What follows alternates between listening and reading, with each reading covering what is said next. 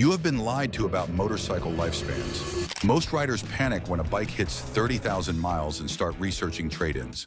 But out there, hiding in plain sight on Craigslist, are machines that laugh at 100,000 miles and treat 200,000 like a warm-up.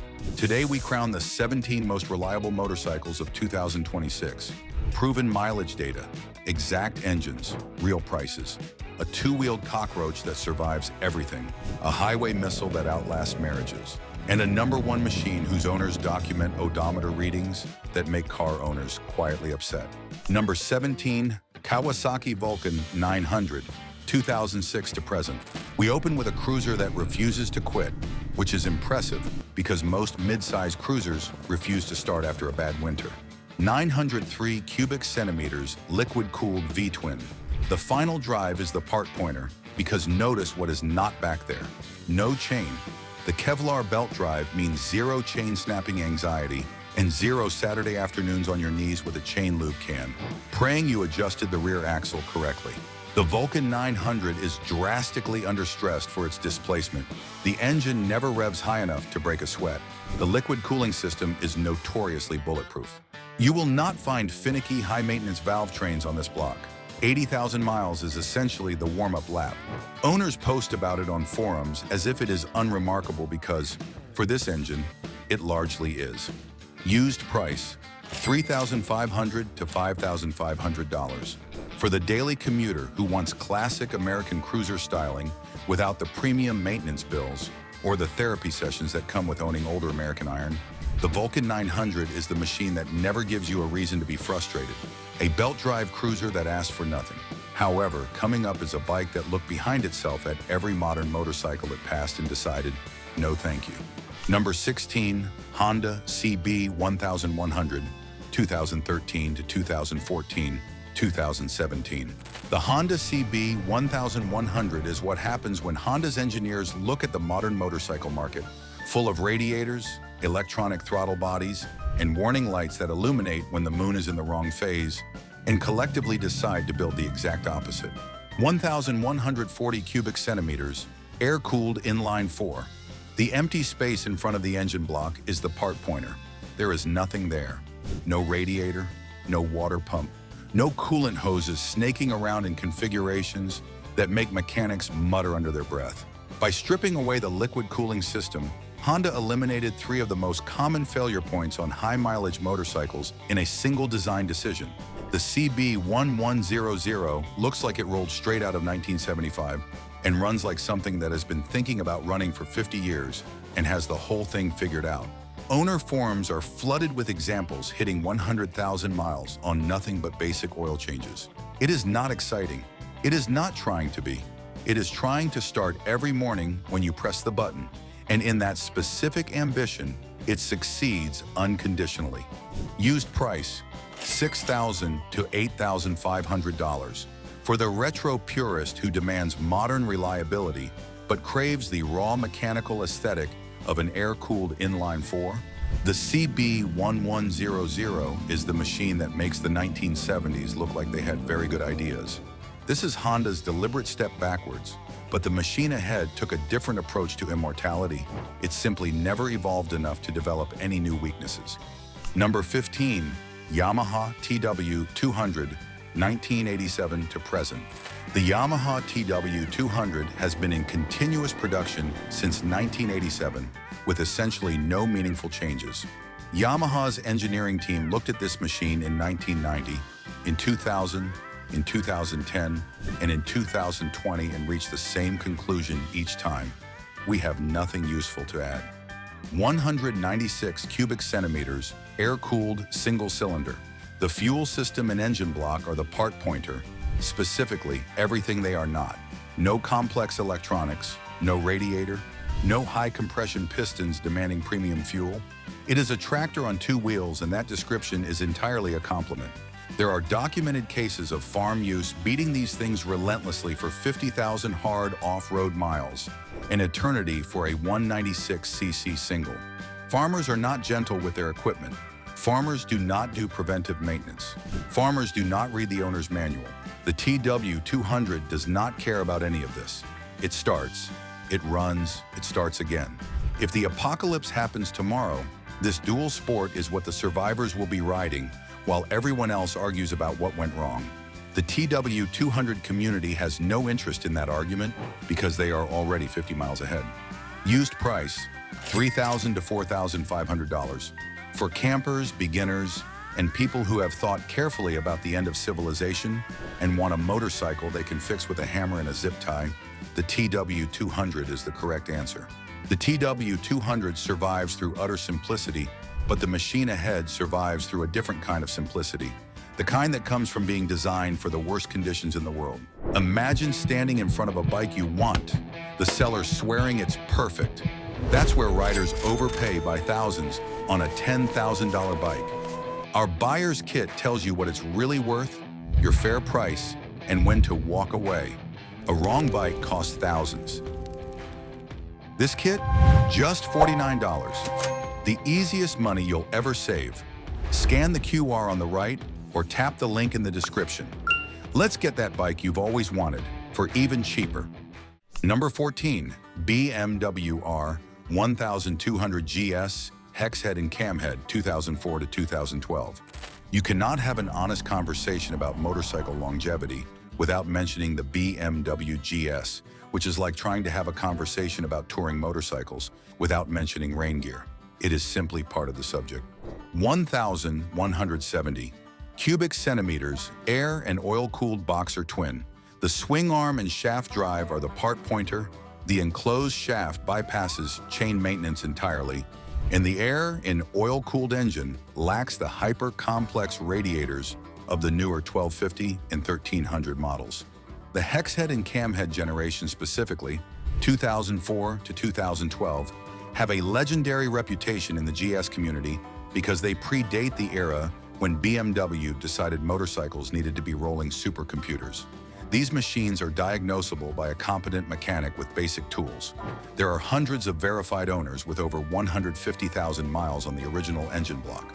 Not 100,000, 150,000. The GS earned its round-the-world reputation the honest way, by actually going round the world repeatedly without failing in locations where the nearest BMW dealership is 3 countries away and also may not exist. Used price, $5,000 to $8,000. For the serious globetrotter on a budget who wants a continent-crushing adventure bike that will be understood by mechanics on 4 continents, the Hex Head and Cam Head GS is the machine. A note on why the older generation is specifically better for this purpose. The newer 1250 and 1300 GS models are technically superior machines in almost every measurable way. They are also more dependent on dealer diagnostic software for certain maintenance procedures. In Central Asia or West Africa, this matters. The hex head and cam head can be understood by a competent mechanic with basic tools and no proprietary equipment.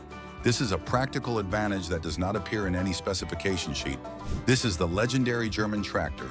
However, coming up, Honda's cruiser solution: under-tune it, over-engineer the drivetrain, and let time do the rest. Number 13, Honda Shadow 7, 150, 1983 to present. The formula Honda used to make the Shadow 750 last forever is almost insultingly straightforward. Step 1, take the engine. Step 2, make it less powerful than it could be. Step 3, watch it run indefinitely. The Shadow 750 is under-tuned by design, which is engineering philosophy that produces machines nobody talks about because they are busy riding. 745 cubic centimeters liquid-cooled V-twin. The rear wheel hub is the part pointer. Like the much bigger touring bikes, many Shadow 750 models use a shaft drive instead of a chain. No stretching, no adjustment, no greasy mess on the rear wheel. No Saturday afternoon spent wondering how you adjusted the axle incorrectly, despite following the instructions. The Shadow also lacks aggressive cam profiles, which sounds like a specification nobody cares about until they understand that aggressive cam profiles are responsible for a significant portion of valve train wear on high-mileage engines. The Shadow's conservative cam timing is the mechanical equivalent of driving below the speed limit. Nothing exciting is happening, and that is the entire point. 100,000 miles without cracking the engine cases is not rare on the Shadow 750. It is normal, which is either impressive or boring depending on what you value in a motorcycle. Used price, $2,500 to $4,500 for entry-level to intermediate riders who want a bulletproof weekend cruiser that costs pennies to maintain and will be running long after the payment is forgotten. The Shadow 750 is the machine. This is Honda's conservative masterpiece, but up next, a hooligan bike that has no business being on a reliability list and is on one anyway. Number 12, Yamaha MT-07, 2015 to present. The Yamaha MT-07 is a hooligan bike. It exists to be ridden irresponsibly by people who know better and do it anyway. It has no touring luggage. It has minimal wind protection. Its entire personality is organized around the experience of acceleration. It has no business appearing on a reliability list. And yet here it is, at number 12, because Yamaha's CP2 engine turned out to be approximately unkillable regardless of how the owners try. 689 cubic centimeters, liquid-cooled parallel twin. The dashboard and throttle bodies are the part pointer, specifically what the early generations lack. No complex ride-by-wire throttle, no multi-axis IMU electronics interpreting your intentions and second-guessing your decisions. The machine does what you tell it because the machine is not complicated enough to disagree with you. Courier services, which are extremely hard on motorcycles in ways that normal owners are not, report logging well over 80,000 miles on untouched internals. Stunt riders who have spent years pulling wheelies and generally treating the mechanical components as suggestions rather than constraints report the same. This engine was apparently designed assuming someone was going to do exactly this and built the tolerances accordingly. Used price, $5,000 to $7,000. For the urban rider who wants cheap thrills, heavy low-end torque, and zero mechanic bills, the MT-07 is the machine that rewards neglect with continued service. This is the indestructible hooligan. But hold on. Coming up, the machine that forced its way onto this list by being the world's largest overqualified scooter. Number 11, Suzuki Burgman 650, 2003 to 2018. Calling the Burgman 650 a scooter is like calling a great white shark a fish. Technically accurate, misses the point. The Burgman 650 is a touring machine that happens to have a step-through body and automatic transmission, and it has been proving this to skeptical riders for over a decade. 638 cubic centimeters, liquid-cooled parallel twin.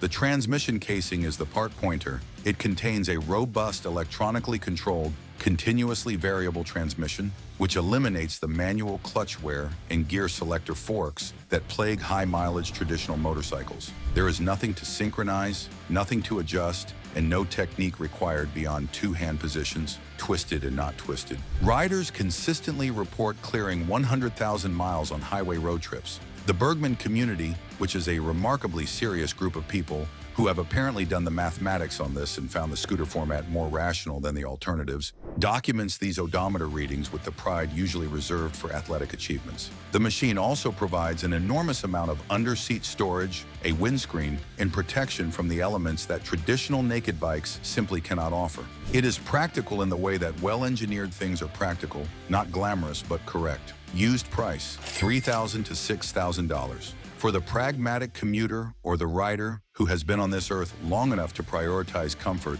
over the opinion of people who think automatic transmissions are cheating, the Burgman 650 is the machine. The maxi scooter that refuses apologies, but the machine just ahead took a superbike engine and subjected it to decades of commuting and police work instead, which turns out to be even harder. Number 10, Kawasaki Concours 14, 2008 to 2022. Kawasaki's approach to building an indestructible touring motorcycle was elegant in its logic. Take the engine from the ZX14 superbike, smooth out the power delivery, detune it from terrifying to merely very fast, and put it in a machine people will actually ride every day, rather than on specific roads on specific days when conditions are ideal. 1,352 cubic centimeters, liquid-cooled inline-4. The final drive is the part pointer, no chain, utilizing a heavy-duty tetra-lever shaft drive system that Kawasaki apparently named after counting the number of advantages it had over a chain and arriving at 4. The closed-deck engine block is practically immune to the head gasket failures that end the useful life of high-mileage engines on competing platforms. Police forces use these for years. Police motorcycles are not treated gently, Officers idle them for hours, use emergency acceleration patterns that would horrify a regular commuter, and operate them continuously in conditions no civilian rider would choose. 150,000 miles is the standard baseline for this powertrain in the hands of people who are actively trying to wear it out as part of their job. The Concours 14 takes this personally and continues running anyway. Used price, $6,000 to $9,500. For the speed-hungry sport touring rider who needs to cross state lines before lunch, demands super bike acceleration, and wants to do this for the next 200,000 miles without a rebuild, the Concours 14 is the machine. The specific reason the ZX14 engine survives in touring trim so well is stress reduction. The ZX14 Superbike produces around 200 horsepower at maximum effort. The Concours uses the same fundamental block tuned to around 130 horsepower. The engine is running at 65% of its potential on a hard day. For an engine designed to operate at 100%, 65% is a permanent holiday. Components last longer when they are not working at their limits. This is the police-grade sport tourer, but what comes next is half a car engine with a motorcycle license. Hit that like button right now if this list is saving you from a future full of unexpected mechanic invoices. We are entering the top 9, and the machines from here are in a different category of longevity entirely. Number 9, Honda NC750X, 2012 to present. Honda did something with the NC750 that the motorcycle industry has never quite forgiven them for. They designed a motorcycle by asking what motorcycles could learn from cars rather than how motorcycles could avoid being confused with them. The result is a machine that the enthusiast press was initially quite rude about and that owners refused to stop riding. 745 cubic centimeters liquid-cooled parallel twin. The engine head is the part pointer. Honda designed this engine by essentially slicing a Honda-fit automobile engine in half. The red line is 6,500 revolutions per minute. On a motorcycle, that is a number most motorcycle engines consider an appropriate idle. The consequence of that extraordinarily low red line is that internal friction is dramatically minimized compared to conventional motorcycle engines that spend their lives in the upper half of their rev range. The piston rings, the bearings, the valve guides, all of them operate in conditions closer to a commercial vehicle than a sports machine.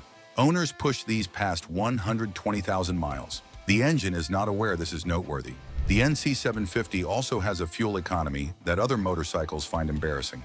A machine getting 65 miles per gallon on the motorway is not a motorcycle making a point. It is a motorcycle correctly applying the physics. Used price, $4,500 to $7,000 for the ultra-practical commuter who prioritizes insane fuel economy and indestructible mechanics over top-end speed, and the kind of excitement that ends with a conversation about why you need new tires already. The NC750X is the machine. This is half a car engine on 2 wheels. However, coming up, the Evolution engine. 35 years of evidence that simple things do not break.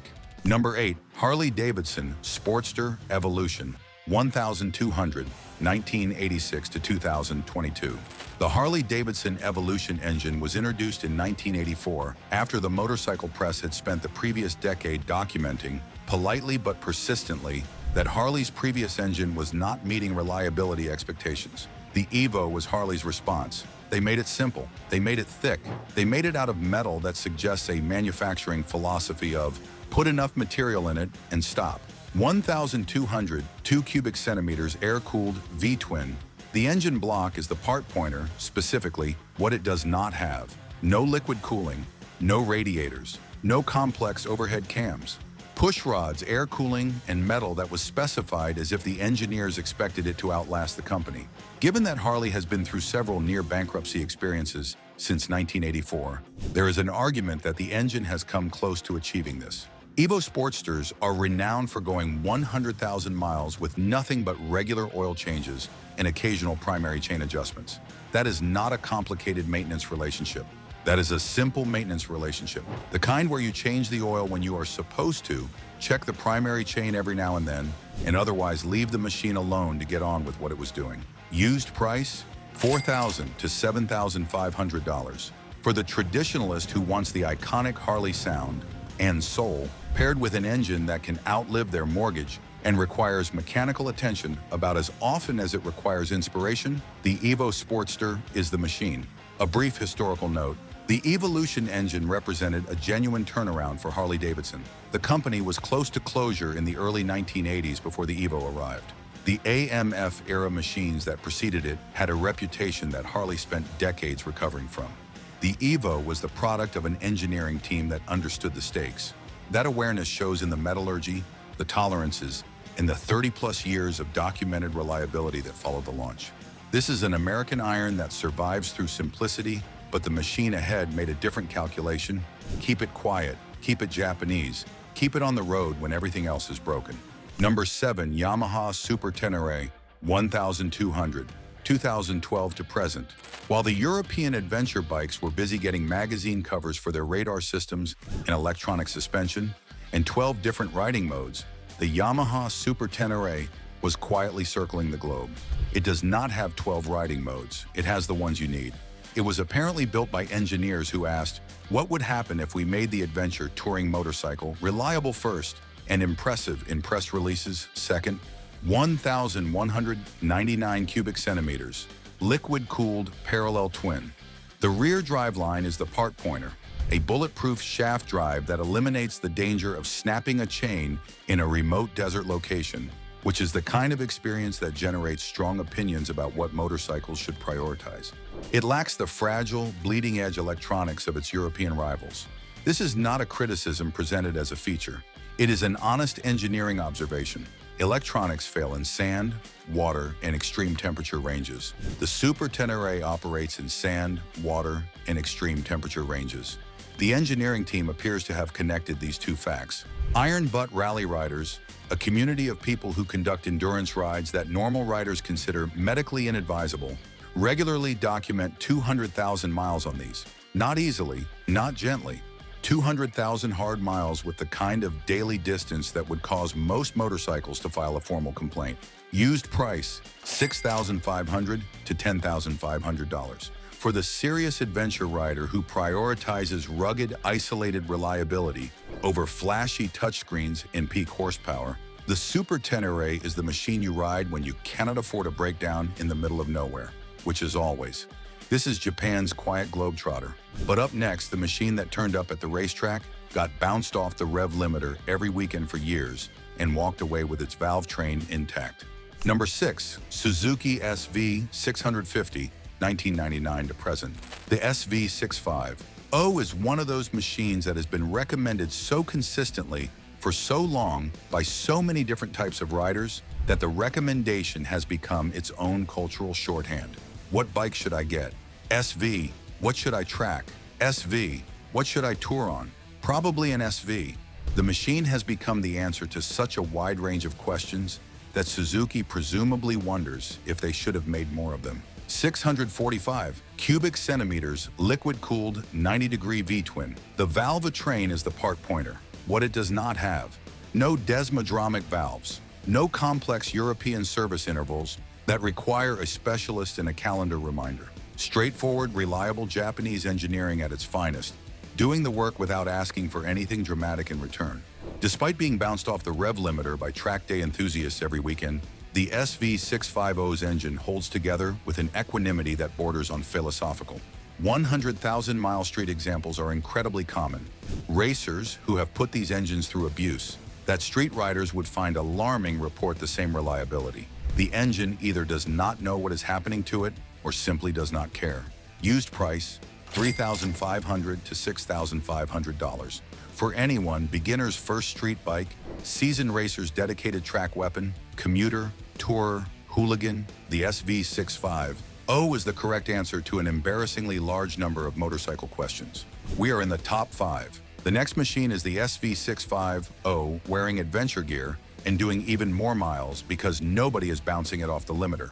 Number 5. Suzuki V-Strom 650, 2004 to present. The V-Strom 650 is what happens when you take the SV650's indestructible V-twin, detune it slightly for mid-range torque, and wrap it in an adventure chassis that was clearly designed by someone who had done a lot of long-distance riding on a machine that was not comfortable and had formed opinions about this. 645 cubic centimeters, liquid-cooled 90-degree V-twin, the same fundamental engine as the SV650, which means it has the same relationship with high mileage, awareness of the concept, and then choosing not to be concerned about it. The chassis and subframe are the part pointer, a slightly heavier but vastly more robust twin-spar frame that will not crack under heavy luggage loads the way the ultra-lightweight aluminum subframes of dedicated dirt bikes do when you load them with 2 weeks of camping equipment and a passenger and several opinions about where to eat dinner. Because the V-Strom is ridden less aggressively than the SV650,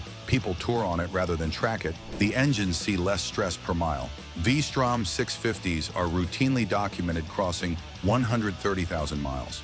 Owners describe this as simply normal, which it is for this machine. Used price, $4,000 to $7,500. For the pragmatic touring and mild off-road enthusiast who wants 90% of a massive ADV bike's capability for half the price and all of the reliability, the V-Strom 650 is the machine. One more V-Strom fact worth mentioning: the aluminum luggage availability and the enormous aftermarket accessories market makes it usable for long-distance touring out of the box. Owners who are serious about mileage often find that the V-Strom 650 requires less planning than more exotic machines because parts are everywhere, mechanics know it, and the machine does not require specialist knowledge to diagnose or repair. Picture it. You buy the bike. It looked clean. It sounded great. 3 weeks later, the bills start. A worn chain, tired forks, a service the seller never mentioned. That's thousands gone on a bike you already paid full price for. Our inspection checklist catches every one of those before you pay, walking the bike like a mechanic. Spend $49 now or lose thousands later. Scan the QR on the right or tap the link in the description. Don't let a hidden problem drain your wallet. Yes, this is the V-Strom at number 5. However, the machine ahead is the one that law enforcement agencies around the world chose when lives depended on it starting every single morning. Number 4, Yamaha FJR1300, 2003 to present. Police motorcycles are the ultimate reliability test. Officers idle them for hours in all weather conditions. They use emergency acceleration patterns daily. They operate at maximum workload without the warm-up routines and gentle treatment that regular owners provide. If a police fleet chooses a motorcycle, it is because that motorcycle passed a selection process that civilian buyers can only observe from a respectful distance. Law enforcement agencies across multiple countries chose the FJR1300. That sentence is worth sitting with for a moment. 1,298 cubic centimeters, liquid-cooled inline-4. The engine block casing is the part pointer, a closed-deck block design that drastically reduces cylinder distortion over time. The closed deck means the cylinder walls are fully supported, which means the cylinders do not expand differently from the block at high temperatures, which means head gasket integrity is maintained across hundreds of thousands of miles. This is an engineering detail that most owners will never think about once, and that the FJR quietly benefits from every single day. Owner registries frequently showcase FJR1300s eclipsing 250,000 miles. Let that sit with you. 250,000 miles on a motorcycle. The engine is still on its original bottom end. The machine has outlasted cars. It has outlasted some of the relationships that funded its purchase. It just keeps going. The shaft drive is one of the smoothest and most maintenance-free in the industry. There is no chain to adjust, no chain to replace, no chain to throw at 3 in the morning in a place where the nearest mechanic is an optimistic distance away. Used price, $5,500 to $11,000. For the high-mileage asphalt enthusiast who wants the handling of a sport bike, the luggage of a tour, and the mechanical confidence of a machine that police departments entrust with pursuit work, the FJR1300 is the machine. We are in the top 3. The machines from here are not just reliable, they are legendary in the way that very few mechanical objects become legendary. Number 3, Kawasaki KLR 650, 1987 to present. There is a saying in the motorcycle community that when the world ends, all that will remain is cockroaches in the KLR 650. This is an exaggeration in the sense that cockroaches are considerably better looking, but it captures something true about the KLR's relationship with circumstances that would end other machines. 652 cubic centimeters liquid-cooled single cylinder. The throttle assembly and engine side are the part pointer, specifically what is not there. Prior to 2022, the KLR lacked fuel injection entirely. Even the modern ones lack complex ECUs, ride-by-wire electronics, or traction control. It is pure mechanical brute force in a chassis designed to be repaired with whatever is available, in whatever location the rider happens to have ended up. 100,000 miles on a massive single-cylinder engine is absurd on its face. Single-cylinder engines work harder per combustion event than multi-cylinder engines because there is only one piston doing all the work. They vibrate more. They produce more heat per cylinder. The KLR 650 does 100,000 miles anyway, largely on the basis that the engine was massively overbuilt for its displacement, and the rest of the machine was designed to function on minimal maintenance by people who view mechanical sympathy as optional. The KLR community has a document called the 𝗕𝗨𝗬𝗘𝗥𝗧𝗕, a well-known upgrade to the balancer chain tensioner that takes 20 minutes and costs about $40. Once performed, the KLR loses its one meaningful weak point. At that point, it becomes a machine that thrives on neglect. Not survives neglect, thrives on it, as if neglect is actually its preferred operating condition. Used price, $3,500 to $6,000. For the absolute survivalist who views their motorcycle as a multi-tool rather than a luxury item and wants a machine that will take them somewhere remote and then take them home again, the KLR 650 is the answer. The KLR also has a cultural dimension worth acknowledging. It has been used by journalists writing from Alaska to Argentina, by aid workers in sub-Saharan Africa, by military personnel on multiple continents, and by ordinary people who simply wanted to find out how far they could go on a modest budget. The collective mileage logged on KLR 650s worldwide is incalculable, which is a strange word to apply to a machine that originally retailed for under $4,000. The KLR 650 community has also produced something remarkable, a comprehensive maintenance knowledge base accumulated over nearly 4 decades of global ownership. Buy a KLR 650 and you inherit access to detailed documentation of every failure mode, every cheap fix, every modification that works, and every modification that seemed like a good idea and was not. The machine has been owned by enough people in enough countries that almost every possible scenario has been encountered, solved, and written about in detail. Strap in. Number 2 is a block of solid granite in motorcycle form, lighter and punchier than the KLR, and potentially even more indestructible.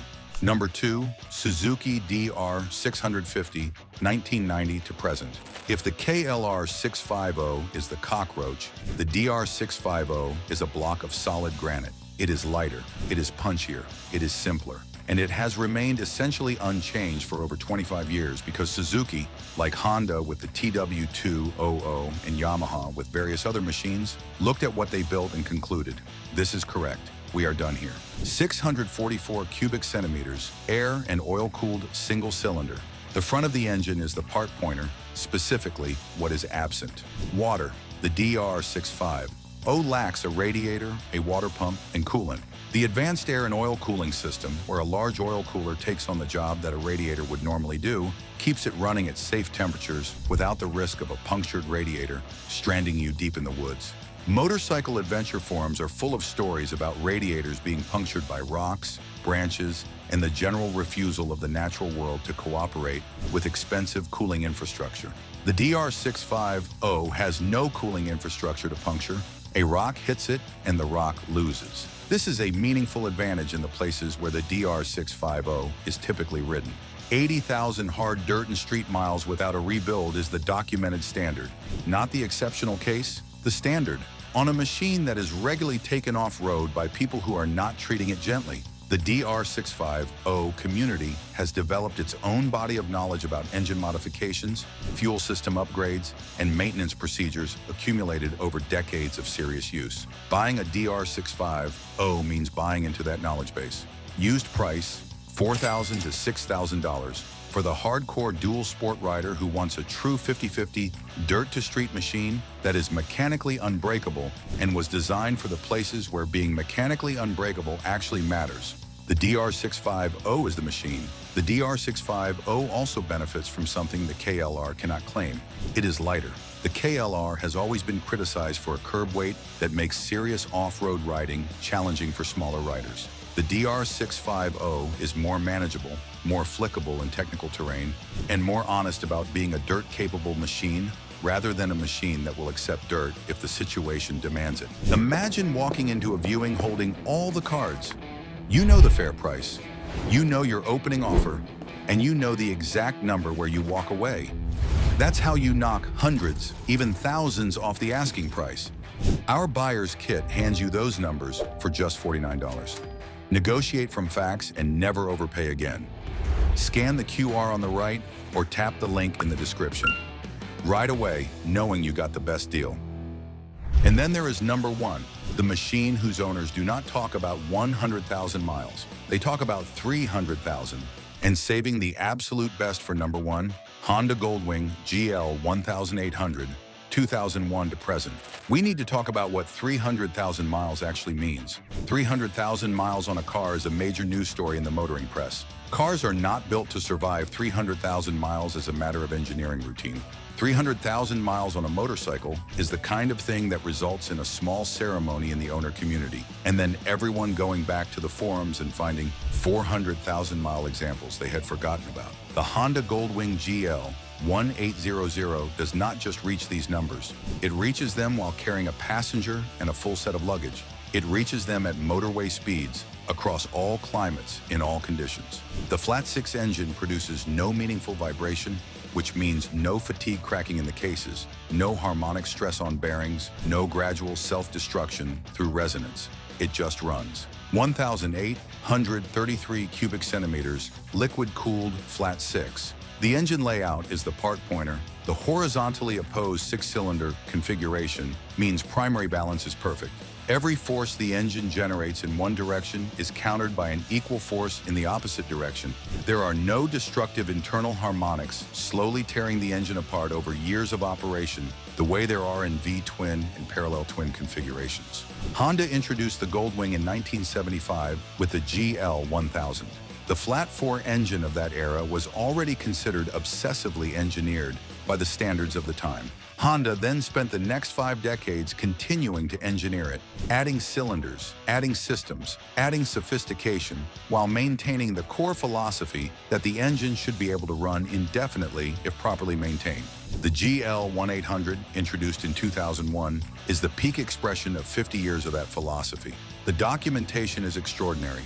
Goldwing owner communities have entire threads dedicated to 500,000-mile examples, not theoretical projections, but odometer photographs with maintenance records. Honda apparently built an engine that can outlast actual automobile engines, which is the kind of achievement that does not fit comfortably into a motorcycle specification sheet. Used price, $8,000 to $18,000 depending on generation and condition. For the ultimate long-haul king who wants luxury, power, a flat-six engine with perfect primary balance, and a machine that will still be running when the marketing materials for every other motorcycle on this list have faded to nothing, the Honda Goldwing GL1800 is the machine. It is not number one on this list because it is the most exciting. It is number one because nothing else is close. The last thing worth knowing, the GL1800 holds its value. The used price range reflects machines with very high mileage at the low end because previous owners put serious miles on them and then sold reluctantly, usually because of circumstances rather than dissatisfaction. Finding a clean, low-mileage GL1800 at a reasonable price requires patience because the owners who have clean, low-mileage examples generally do not part with them willingly. 17 absolute tanks. The question is not whether these machines can handle the miles. The question is whether you can. To continue the ride, click on the next video showing on your screen right now to learn how to never overpay for your bike again.